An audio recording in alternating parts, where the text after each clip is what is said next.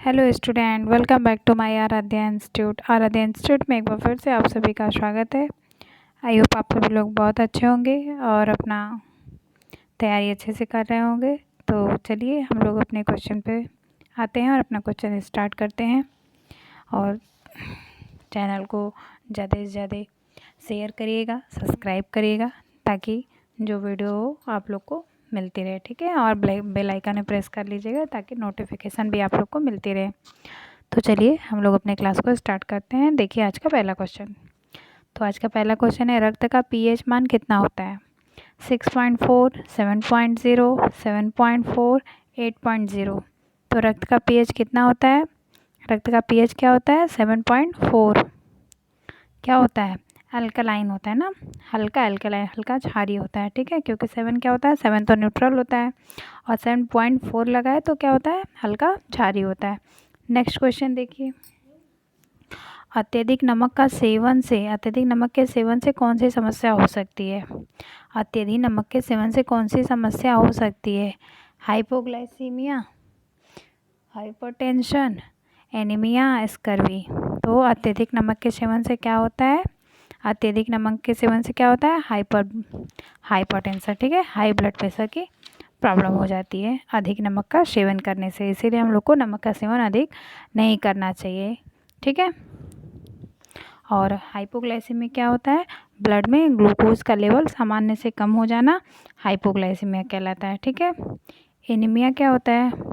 रक्त की कमी एनीमिया होता है। स्कर्वी विटामिन सी की कमी से होता है। ठीक है, स्कर्वी किसकी कमी से होता है? विटामिन सी की कमी से स्कर्वी होता है। ठीक है, चलिए, एनीमिया लौ की कमी से एनीमिया होती है। नेक्स्ट क्वेश्चन देखिए, कोलेजन संश्लेषण में कौन सा विटामिन महत्वपूर्ण भूमिका निभाता है? तो कोलेजन संश्लेषण में कौन सा विटामिन महत्वपूर्ण भूमिका निभाता है? विटामिन B12 निभाता है, विटामिन ए, विटामिन के, विटामिन सी या विटामिन ई? तो कोलेजन के संश्लेषण में कौन सा विटामिन भूमिका निभाता है? Vitamin C. ठीक है, विटामिन B12 को क्या कहते हैं? कोबाल्ट भी कहते हैं। विटामिन के क्या होता है? रक्त का थक्का जमाता है। विटामिन ई को क्या कहते हैं? ब्यूटी विटामिन भी कहते हैं। ठीक है, विटामिन ई को क्या कहते हैं? ब्यूटी विटामिन कहते हैं। चलिए नेक्स्ट क्वेश्चन देखिए, डैश आहार योजना मुख्य रूप से किसके लिए विकसित की गई? बताइए, डैश आहार योजना मुख्य रूप से किसके लिए विकसित की गई? हृदय रोग के लिए, मधुमेह के लिए, उच्च रक्तचाप के लिए या मोटापे के लिए? तो डैश आहार एक्सक्यूज मी, डैश आहार योजना मुख्य रूप से किसके लिए विकसित की गई? तो उच्च रक्तचाप के लिए। ठीक है, हाई ब्लड प्रेशर वाले पेशेंट के लिए हमें डैश आहार उन्हें देना चाहिए। ठीक है, डैश आहार की योजना विकसित की गई थी। ठीक है, चलिए नेक्स्ट क्वेश्चन देखिए, कौन सा खनिज इंसुलिन की क्रिया को नियंत्रित करता है? ठीक है, बताइए कौन सा खनिज इंसुलिन की क्रिया को नियंत्रित करता है? आयरन, जिंक, मैग्नीशियम या कॉपर? तो कौन सा खनिज इंसुलिन की क्रिया को नियंत्रित करता है? हमारा जो होता है जिंक जो होता है, जिंक। ओके, जिंक जो होता है इंसुलिन की क्रिया को नियंत्रित करता है। ठीक है, नेक्स्ट क्वेश्चन देखिए, एक बालक की शिक्षा निर्णय का उदाहरण। तो बताइए, जो एक बालक की शिक्षा होती है किस निर्णय का उदाहरण होती है? परिणाम निर्णय का, समूह निर्णय का, व्यक्तिगत निर्णय का या तकनीकी निर्णय का? तो जब एक बालक पढ़ाई करता है तो वो खुद से ही निर्णय ले तो ही ज़्यादा अच्छा होता है। ठीक है, उसे डॉक्टर बनना है, उसे इंजीनियर बनना है, उसे क्या बनना है, वो खुद का निर्णय होता है। अब ज़रूरी थोड़ी ना है कि हम लोग बोले कि नहीं तुम्हें डॉक्टर बनना है तो बनना है, तुम्हें इंजीनियर बनना है, तो ऐसा तो होता नहीं है। ठीक है, कि सभी लोग मिल के निर्णय ले, तो हमारा व्यक्तिगत निर्णय होता है। एक बालक की शिक्षा व्यक्तिगत निर्णय का उदाहरण होता है, न कि समूह निर्णय का। ठीक है, चलिए नेक्स्ट क्वेश्चन देखिए, कौन सी रिपोर्ट, एक मिनट स्टूडेंट, चलिए बताइए कौन सी रिपोर्ट WHO द्वारा ना, ठीक है, कौन सी रिपोर्ट WHO द्वारा हर वर्ष प्रकाशित की जाती है? तो बताइए कौन सी रिपोर्ट WHO द्वारा हर वर्ष प्रकाशित की जाती है? World development report, global nutrition report, world health report, global competitive report. तो बताइए कौन सी रिपोर्ट WHO द्वारा हर वर्ष प्रकाशित की जाती है? तो वर्ल्ड हेल्थ रिपोर्ट जो होती है WHO द्वारा हर वर्ष प्रकाशित की जाती है। ऑप्शन सी इज करेक्ट होगा। ठीक है, WHO का फुल फॉर्म क्या होता है? World Health Organization. ठीक है, आप लोग याद रखिएगा WHO का full form World Health Organization होता है। चलिए नेक्स्ट क्वेश्चन देखिए, FSSAI द्वारा संचालित गोबी FM कार्यक्रम में जी का अर्थ क्या है? बताइए, गोबी में जी का अर्थ पूछा हुआ है। ठीक है, growth monitoring, global health, government initiative, general immunisation. तो क्या होगा? FSSAI में द्वारा संचालित गोबी कार्यक्रम में जी का अर्थ क्या होगा? जी का अर्थ क्या होगा? Growth monitoring. ठीक है, जी का अर्थ क्या होता है? चलिए, जी का अर्थ क्या होता है? Growth monitoring. Option A is correct. ठीक है, चलिए नेक्स्ट क्वेश्चन देखिए, राष्ट्रीय मानसिक स्वास्थ्य कार्यक्रम भारत सरकार द्वारा किस वर्ष शुरू किया गया? तो राष्ट्रीय NMHP, इसका शॉर्ट फॉर्म होता है ना NMHP, राष्ट्रीय मानसिक स्वास्थ्य कार्यक्रम भारत सरकार द्वारा किस वर्ष शुरू किया गया? National Mental Health Programme. ठीक है, इसका फुल फॉर्म भी है NMHP का फुल फॉर्म है नेशनल मेंटल हेल्थ प्रोग्राम। तो राष्ट्रीय मानसिक स्वास्थ्य कार्यक्रम भारत सरकार द्वारा किस वर्ष शुरू किया गया? 1982 में शुरू किया गया, 1995 में शुरू किया गया, 2001 में, 2010 में। तो हमारा राष्ट्रीय मानसिक स्वास्थ्य कार्यक्रम 1982 में शुरू किया गया था। Option A is correct answer. चलिए नेक्स्ट क्वेश्चन देखिए, राष्ट्रीय स्वास्थ्य मिशन के तहत जननी सुरक्षा योजना का मुख्य उद्देश्य क्या है? तो जननी सुरक्षा योजना का मुख्य उद्देश्य क्या है? मातृ मृत्यु दर को कम करना, बाल श्रम को समाप्त करना, शिशु मृत्यु को कम करना, या गर्भावस्था में पोषण बढ़ाना। तो इसका ऑप्शन क्या होगा? राष्ट्रीय स्वास्थ्य मिशन के तहत जननी सुरक्षा योजना का मुख्य उद्देश्य क्या है? इसका मुख्य उद्देश्य है मातृ मृत्यु दर को कम करना। Excuse me, option A is correct. ठीक है, चलिए नेक्स्ट क्वेश्चन देखिए, राष्ट्रीय गवर्नमेंट स्टूडेंट, राष्ट्रीय रोग नियंत्रण केंद्र भारत में किस उद्देश्य के लिए कार्य करता है? बताइए, राष्ट्रीय रोग नियंत्रण केंद्र भारत में किस उद्देश्य के लिए कार्य करता है? बताइए, किस उद्देश्य के लिए कार्य करता है? संक्रामक रोगों की निगरानी और नियंत्रण, केवल पोषण और आहार अनुसंधान, स्वास्थ्य बीमा योजना का प्रबंधन, कैंसर अनुसंधान। तो राष्ट्रीय रोग नियंत्रण केंद्र भारत में किस उद्देश्य के लिए कार्य करता है? तो संक्रामक रोग की निगरानी और नियंत्रण। ठीक है, संक्रामक रोग की निगरानी और नियंत्रण के लिए ये कार्य करता है। ठीक है, राष्ट्रीय आपदा प्रबंधन प्राधिकरण का मुख्यालय कहाँ स्थित है? राष्ट्रीय आपदा प्रबंधन प्राधिकरण का मुख्यालय कहाँ स्थित है? मुंबई, दिल्ली, हैदराबाद, बेंगलोर, कहाँ स्थित है? तो राष्ट्रीय आपदा प्राधिकरण का मुख्यालय हमारा नई दिल्ली में स्थित है। Option B is correct answer. ठीक है, चलिए नेक्स्ट क्वेश्चन देखिए, विश्व खाद्य कार्यक्रम द्वारा जीरो हंगर चैलेंज कब शुरू किया गया? बताइए, विश्व खाद्य कार्यक्रम द्वारा ज़ीरो हंगर चैलेंज कब शुरू किया गया? 2012 में, 2013 में, 2015 में, 2018 में। तो विश्व खाद्य कार्यक्रम द्वारा ज़ीरो हंगर चैलेंज कब शुरू किया गया? 2012 में हमारा ज़ीरो हंगर चैलेंज को शुरू किया गया। Option A is correct answer. चलिए नेक्स्ट क्वेश्चन देखिए, राष्ट्रीय प्रतिरक्षण दिवस कब मनाया जाता है? भारत में राष्ट्रीय प्रतिरक्षण दिवस कब मनाया जाता है? नेशनल इम्यूनाइजेशन से क्या बोलते हैं? नेशनल इम्यूनाइजेशन डे भारत में कब मनाया जाता है? 16 मार्च, 21 जनवरी, 27 जुलाई, 13 अगस्त। तो कब मनाया जाता है हमारा? 16 मार्च को नेशनल इम्यूनाइजेशन डे मनाया जाता है। नेशनल इम्यूनाइजेशन डे कब मनाया जाता है? 16 मार्च को।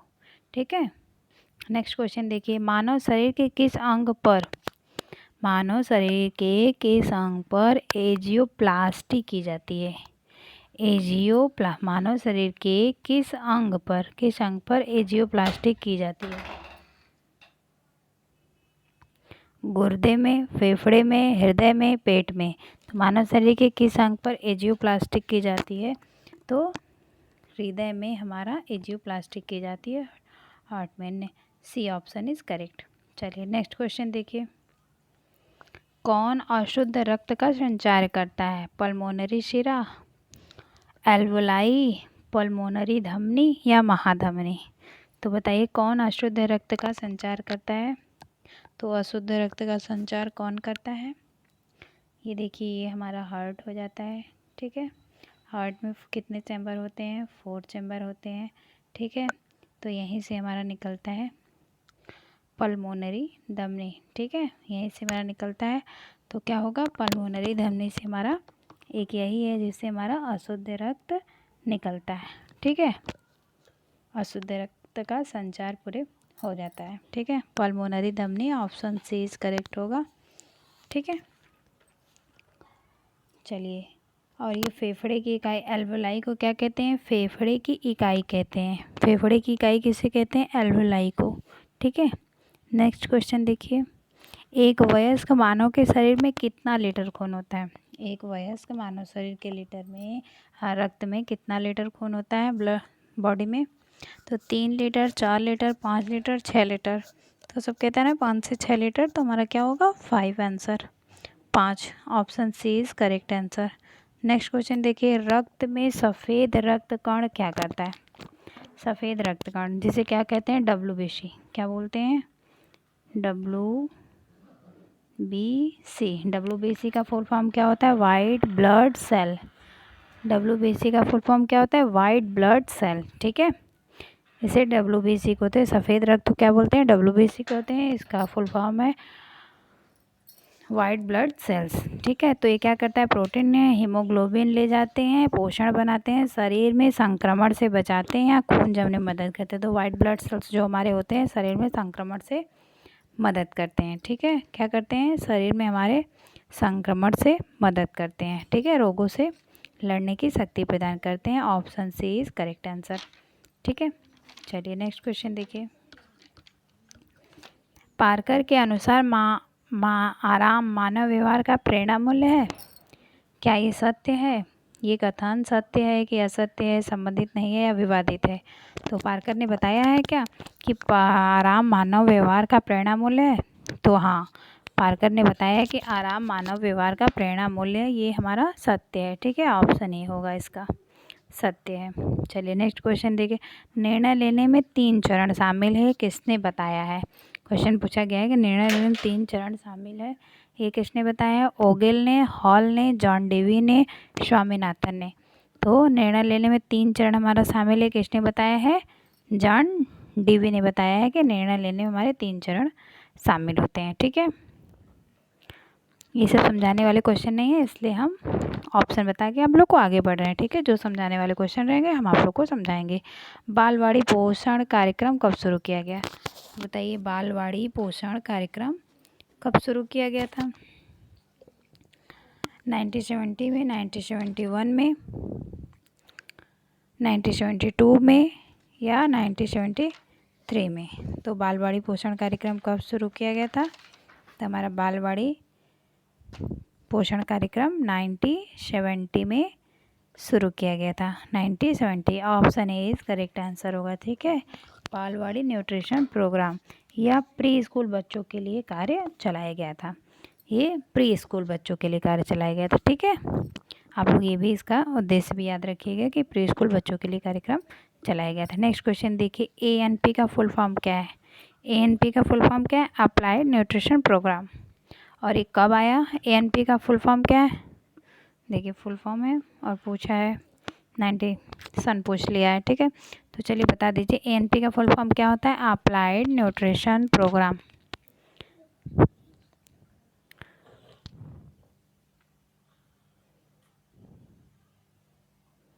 अप्लाइड न्यूट्रिशन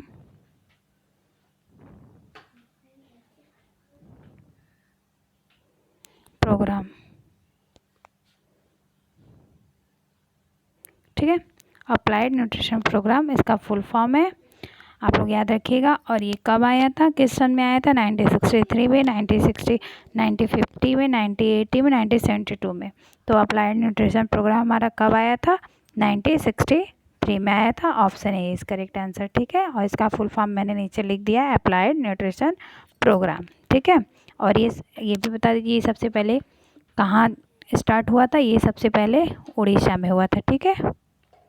उड़ीसा में, आप लोग ये भी याद रखिएगा कि ये सबसे पहले कहाँ हुआ था? उड़ीसा में स्टार्ट हुआ था अप्लाइड न्यूट्रिशन प्रोग्राम, ठीक है। चलिए नेक्स्ट क्वेश्चन देखिए, राष्ट्रीय आयोडीन अल्पता विकार नियंत्रण कार्यक्रम कब चलाया गया? तो आयोडीन किसके लिए? घेंघा के नियंत्रण के लिए चलाया जाता है, ये तो आप लोग जानते ही हैं। आयोडीन किसके लिए? घेंघा के नियंत्रण के लिए कार्यक्रम शुरू किया जाता है, ठीक है। तो राष्ट्रीय आयोडीन अल्पता विकार नियंत्रण कार्यक्रम कब चलाया गया? तो हमारा राष्ट्रीय आयोडीन अल्पता विकार कार्यक्रम 1962 में चलाया गया, ठीक है। 1962 में ये कार्यक्रम चलाया गया, घेंघा के नियंत्रण के लिए चलाया गया। और 1992 कार्यक्रम का नाम बदलकर राष्ट्रीय आयोडीन अल्पता विकार नियंत्रण कार्यक्रम कर दिया। ये 1992 में इस कार्यक्रम का नाम बदलकर क्या कर दिया गया? राष्ट्रीय आयोडीन अल्पता विकार नियंत्रण कार्यक्रम इसका नाम कर दिया गया। इसका नाम कब बदला गया? 1992 में नाम बदल दिया गया, ठीक है, याद रखिएगा। और इसका नाम बदल के क्या रख दिया गया था? इसका नाम बदल के राष्ट्रीय आयोडीन अल्पता विकार नियंत्रण कार्यक्रम रख दिया गया था, ठीक है। आप लोग ये भी याद रखिएगा, क्वेश्चन बहुत बार पूछे जाते हैं। चलिए नेक्स्ट क्वेश्चन देखिए, राष्ट्रीय किशोर स्वास्थ्य कार्यक्रम कब चलाया गया? तो राष्ट्रीय किशोर स्वास्थ्य कार्यक्रम कब चलाया गया? 7 जनवरी 2014 को, 8 जनवरी 2014 को, 9 जनवरी 2014 को। तो राष्ट्रीय किशोरों के स्वास्थ्य के लिए जो कार्यक्रम, जो किशोर स्वस्थ रहें उनके लिए कार्यक्रम कब चलाया गया? 7 जनवरी 2014 को ये चलाया गया। ऑप्शन ए होगा, ठीक है। और देश के 231 जिलों में ये चलाया गया। कितने? 231 जिलों में, ठीक है। ये 231 जिलों में चलाए गए, आप लोग ये भी याद रखिएगा। 1 मिनट स्टूडेंट, थोड़ा इरेज करते हैं, सही से बताएं। तो ये देश के कितने जिलों में चलाया गया? ये देश के 231 जिलों में चलाया गया, ठीक है। 31 जिलों में चलाया गया। चलिए नेक्स्ट क्वेश्चन देखिए, लीवर डे कब मनाया जाता है? बताइए आप लोग, लीवर डे कब मनाया जाता है?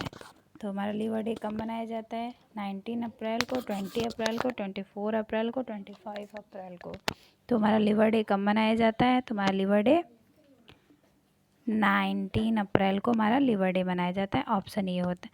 और 24 अप्रैल को क्या मनाया जाता है?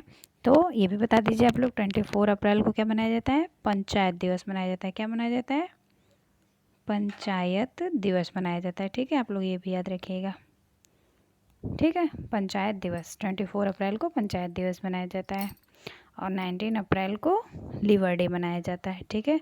तो आप लोग ये क्वेश्चन याद रखिएगा सब। और चलिए अब क्वेश्चन ख़त्म हो गए। और आप लोग को क्वेश्चन कैसे लगे कमेंट करके ज़रूर से बताइएगा।